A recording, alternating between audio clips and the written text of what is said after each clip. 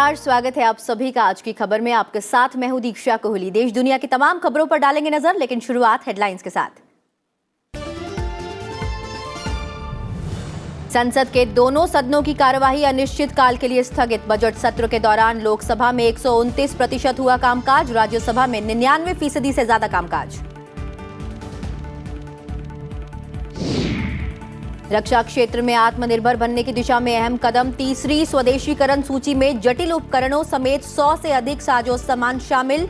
रक्षा क्षेत्र में आत्मनिर्भर बनने पर राजनाथ सिंह का जोर। 11 अप्रैल को वाशिंगटन डीसी में होगी चौथी भारत अमेरिका मंत्री स्तरीय 2+2 वार्ता। रक्षा मंत्री राजनाथ सिंह और विदेश मंत्री एस जयशंकर होंगे शामिल। व्यापक वैश्विक रणनीतिक साझेदारी को और आगे बढ़ाने पर होगा जोर।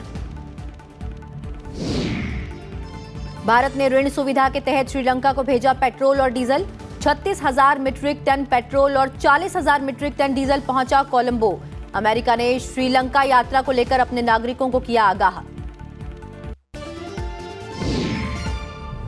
रूस ने 10 निकासी मार्गों के लिए जताई सहमति। नाटो का सदस्य देशों से यूक्रेन को और हथियार देने का आह्वान।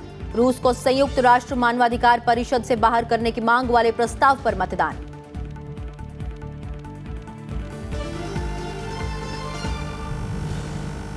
और हेडलाइंस के बाद अब एक नजर उन खबरों पर जो आज सुर्खियों में रही।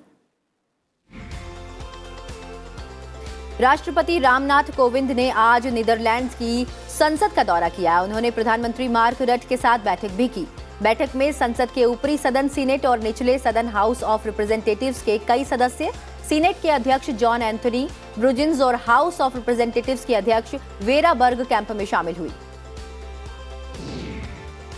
संसद के बजट सत्र के समापन के बाद प्रधानमंत्री नरेंद्र मोदी ने कांग्रेस अध्यक्ष सोनिया गांधी, नेशनल कॉन्फ्रेंस के प्रमुख फारूक अब्दुल्ला, समाजवादी पार्टी से मुलायम सिंह यादव और दूसरे नेताओं से मुलाकात की।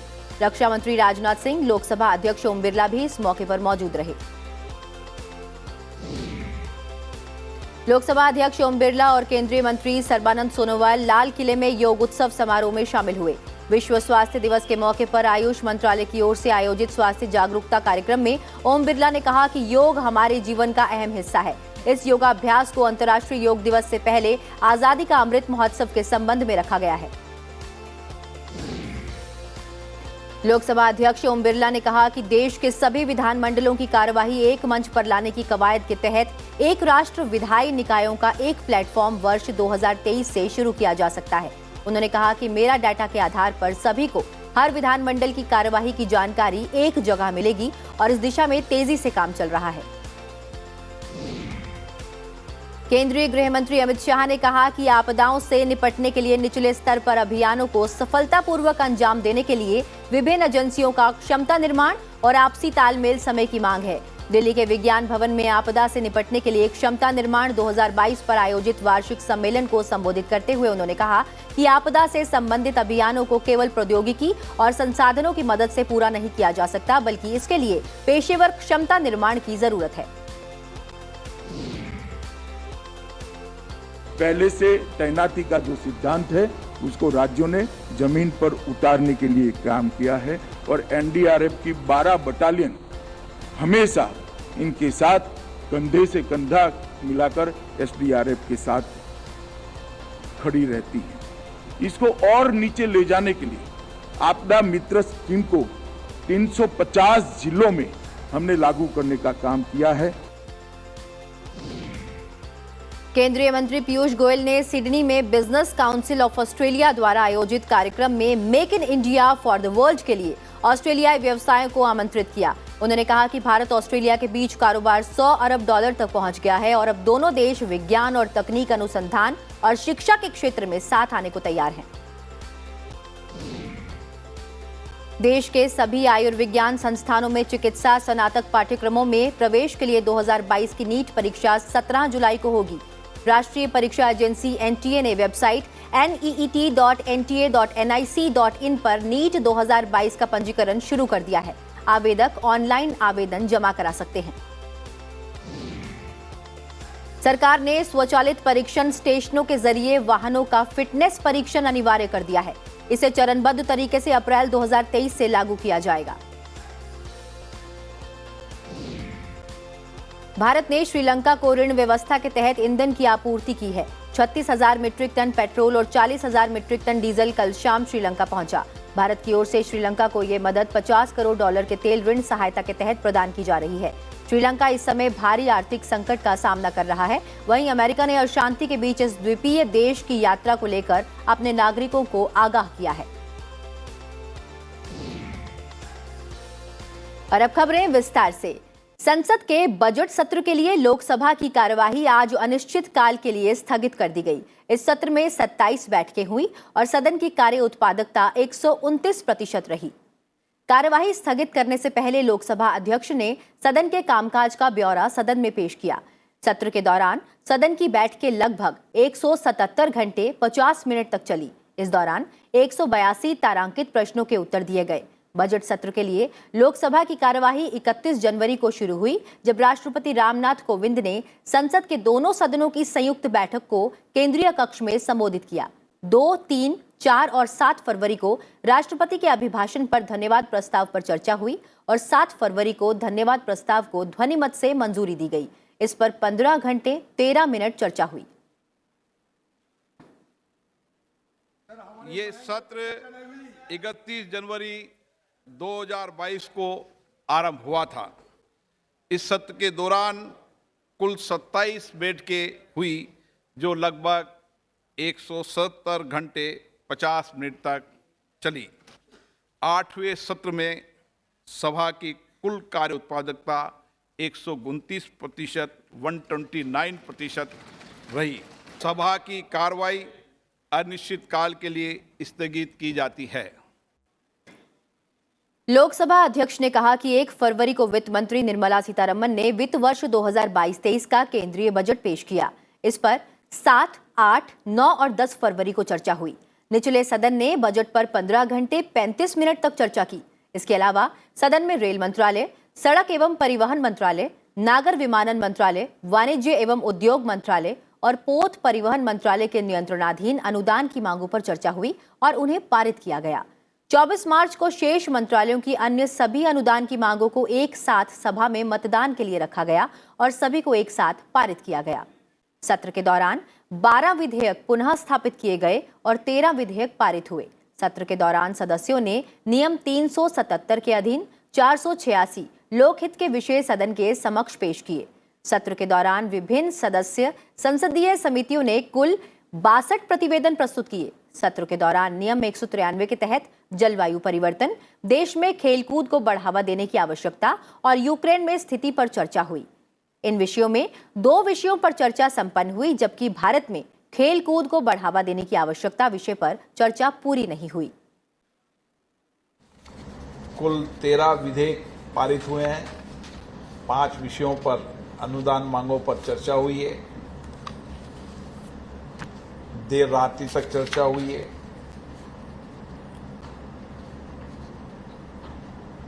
बजट पर भी देर रात्रि तक चर्चा हुई है। सदन निर्बाध रूप से चले, बिना व्यवधान के चले। सदनों में चर्चा संवाद हो, अच्छी वाद विवाद हो, क्योंकि ये देश की सर्वोच्च संस्था है। संसद का बजट सत्र 31 जनवरी को शुरू हुआ था और इसका प्रथम चरण 11 फरवरी तक चला। प्रथम चरण में केंद्रीय बजट पेश किया गया था। बजट सत्र का दूसरा चरण 14 मार्च से शुरू हुआ था। बजट सत्र की बैठक तय कार्यक्रम से एक दिन पहले अनिश्चितकाल के लिए स्थगित कर दी गई। पूर्व निर्धारित कार्यक्रम के तहत बैठक 8 अप्रैल तक चलनी थी। संसद के दोनों सदनों की कार्यवाही को तय समय से एक दिन पहले अनिश्चितकाल के लिए स्थगित कर दिया गया। सदन में आवश्यक दस्तावेज सदन के पटल पर रखे जाने के बाद सभापति एम वेंकैया नायडू ने जैसे ही समापन संबोधन देना शुरू किया, इसी बीच शिवसेना के सदस्यों ने आईएनएस विक्रांत फंड में कथित हेराफेरी का मुद्दा उठाने की कोशिश की और सदन के बीचों बीच आ गए। सभापति ने सदस्यों के व्यवहार को सदन की गरिमा और मर्यादा के खिलाफ बताया। बाद में उन्होंने समापन संबोधन किए बिना ही सदन को अनिश्चितकाल के लिए स्थगित कर दिया। Honorable members, as we are adjourning sine die today, the answers to questions of starred, unstarred and short notice questions listed for today are treated as read on the table of the House. And for that reason, I am not allowing any other issues also to be raised.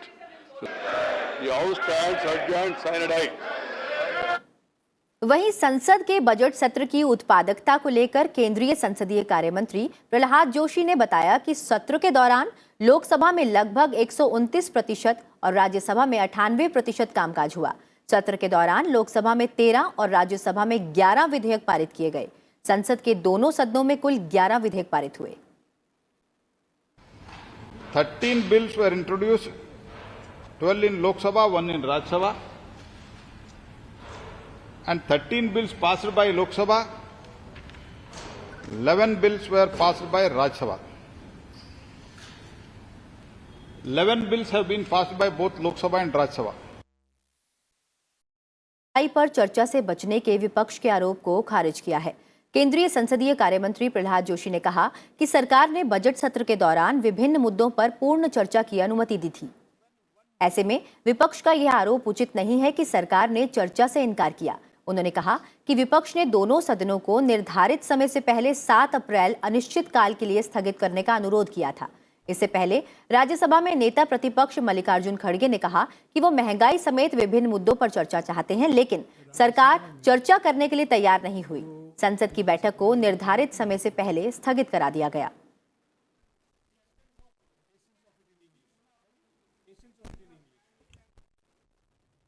हालांकि आपने agenda दिया था कि शुक्रवार तक चलाएंगे, हम तो तैयार थे, लेकिन उन्होंने आज ही सुबह वो 11 बजे, 11:15 बजे बंद कर दिया कि सरकार को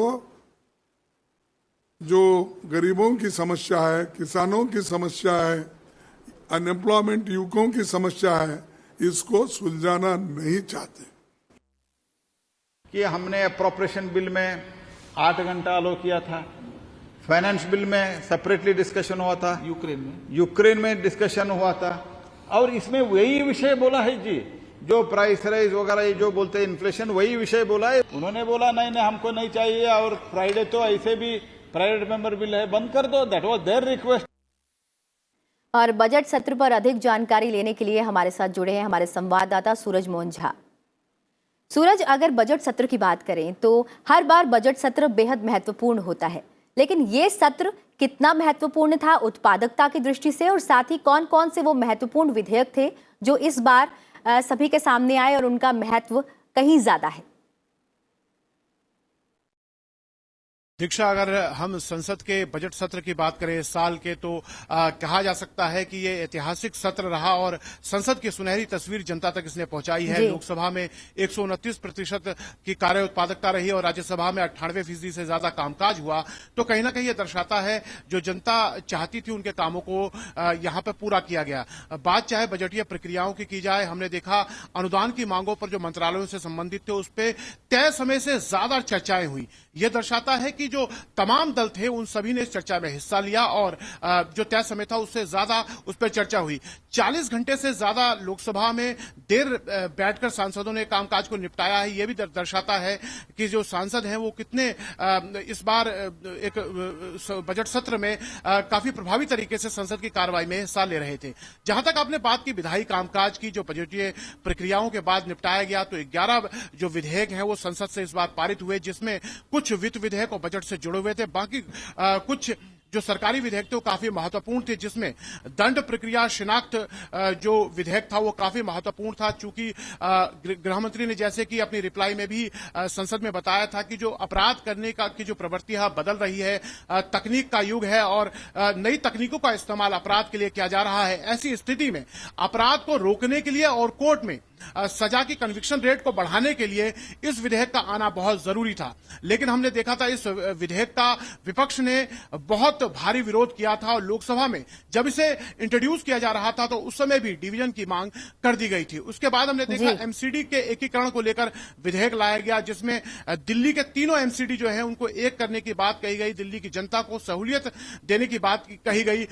हालांकि विपक्ष ने इस पर आरोप लगाया था कि कहीं ना कहीं जो केंद्र सरकार है वो राज्यों के अधिकार अधिकारों का हनन कर रही है और जो विधेयक विधानसभा से पारित हो जाना चाहिए था उसे संसद में लाया संसद में लाया तो इस गया। तरह और हमने देखा कुल काफी मिलाकर अगर प्रभावी हम विधेयक- देखें सूरज, तो जिस तरह से आपने बताया उत्पादकता के लिहाज से काफी महत्वपूर्ण रहा ये बजट सत्र। इस तमाम जानकारी के लिए आपका बहुत बहुत शुक्रिया। बढ़ते हैं आगे, अगली खबर की ओर रुख करते हैं। रक्षा मंत्री राजनाथ सिंह ने देश को रक्षा विनिर्माण केंद्र के रूप में विकसित करने के लिए आज दिल्ली में तीसरी सकारात्मक स्वदेशीकरण सूची जारी की। सूची में जटिल उपकरणों और प्रणालियों समेत 100 से अधिक साजो सामान शामिल हैं, जिन्हें अगले 5 वर्षों में विकसित और अनुबंध पर तैयार किया जाएगा। इस अवसर पर रक्षा मंत्री ने कहा कि तीसरी सूची का जारी होना रक्षा विनिर्माण के क्षेत्र में आत्मनिर्भर बनने की दिशा में एक महत्वपूर्ण कदम है। उन्होंने इस बात पर खुशी जताई कि पहली और दूसरी स्वदेशीकरण सूचियों के आधार पर अब तक करीब 54,000 करोड़ रुपए का अनुबंध किया गया है और इसके अगले 5 से 7 सालों में 4,50,000 करोड़ रुपए तक पहुंचने की आशा है।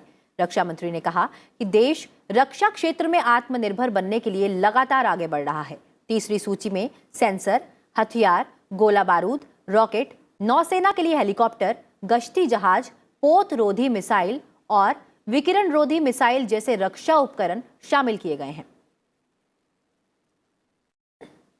रक्षा क्षेत्र में आत्मनिर्भरता और डिफेंस एक्सपोर्ट्स को बढ़ावा देना यह हमारे 2 महत्वपूर्ण उद्देश्य हैं और इस लिस्ट के जारी होने से पब्लिक और प्राइवेट सेक्टर के एक्टिव पार्टिसिपेशन के साथ इंडिजिनाइजेशन को बढ़ावा मिलेगा और इन दोनों लक्ष्यों को प्राप्त करने की दिशा में हम और तेजी से आगे बढ़ेंगे। और फिलहाल समय है ब्रेक का। ब्रेक के बाद समाचार राज्यवार और कुछ और महत्वपूर्ण विदेशी खबरें। आप बने रहिए संसद टीवी के साथ।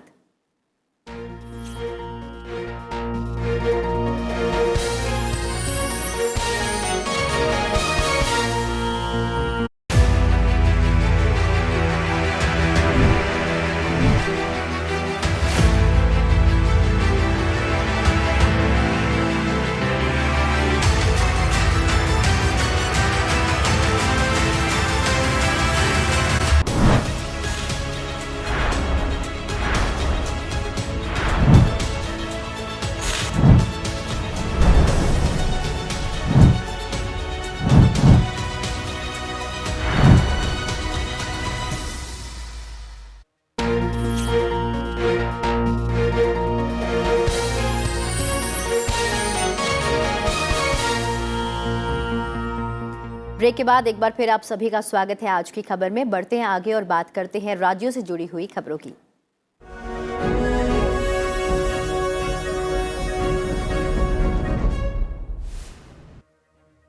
आंध्र प्रदेश में मंत्रिमंडल का जल्द ही पुनर्गठन किया जाएगा।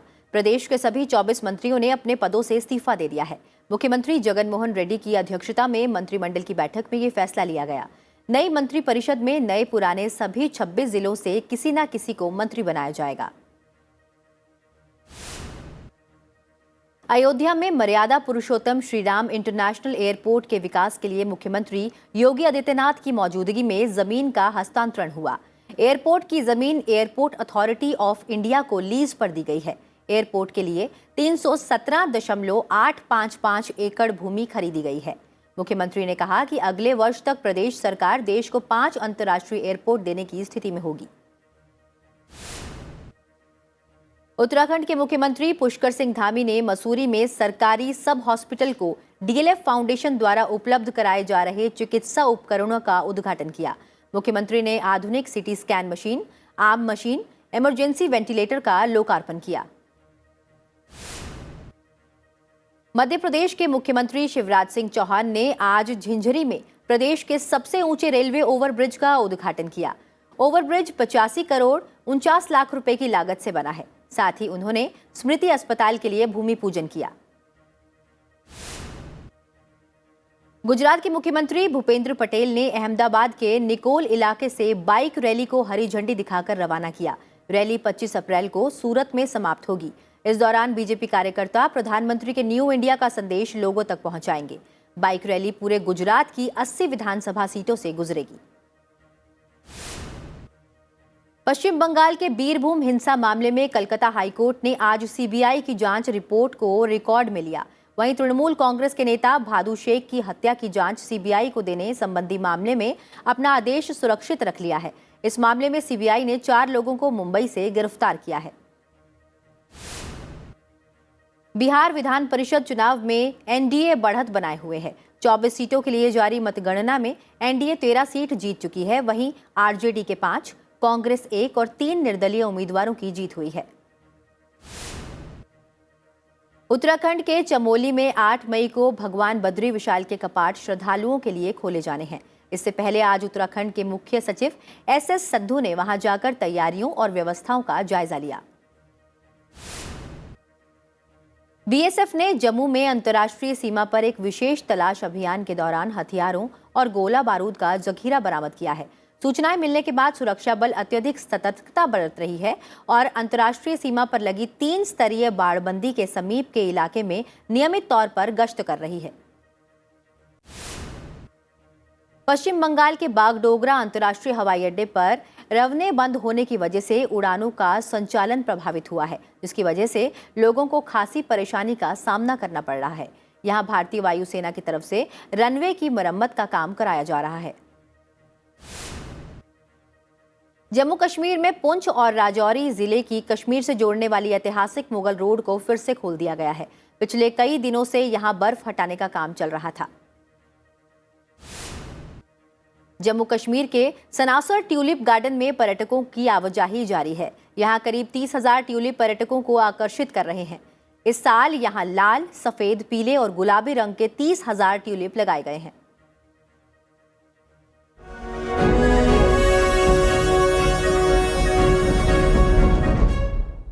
और अब रुक करते हैं कुछ और अन्य अहम खबरों का।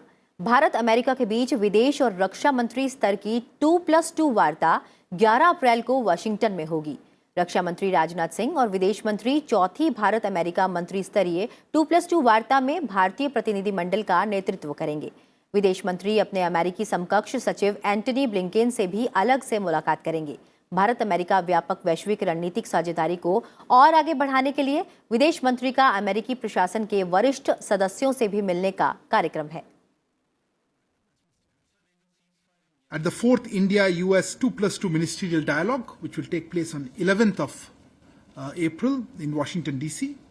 The US delegation led by Secretary of State Anthony Blinken and Secretary of Defense Lloyd Austin. The dialogue would enable both sides to undertake a comprehensive review of cross-cutting issues in the India-US bilateral agenda related to foreign policy, defense and security. Ukraine के उप प्रधानमंत्री ने कहा है कि रूसी सेना उनके देश के 3 पूर्वी क्षेत्रों में नागरिकों की सुरक्षित तौर पर निकासी के लिए 10 मानवीय गलियारों पर सहमत हुई है। दोनेत्स्क, लुशांक और ज़ोपोरझिया क्षेत्रों से नागरिकों को निकालकर अन्य शहरों में ले जाया जा सकेगा। उन्होंने कहा कि मरियोपोल और एनेर होदार से जपोरिझिया कार के जरिए तथा बंदिस्क, तोकमाक और मेतितोपोल से कार एवं बसों के जरिए यात्रा करना संभव होगा।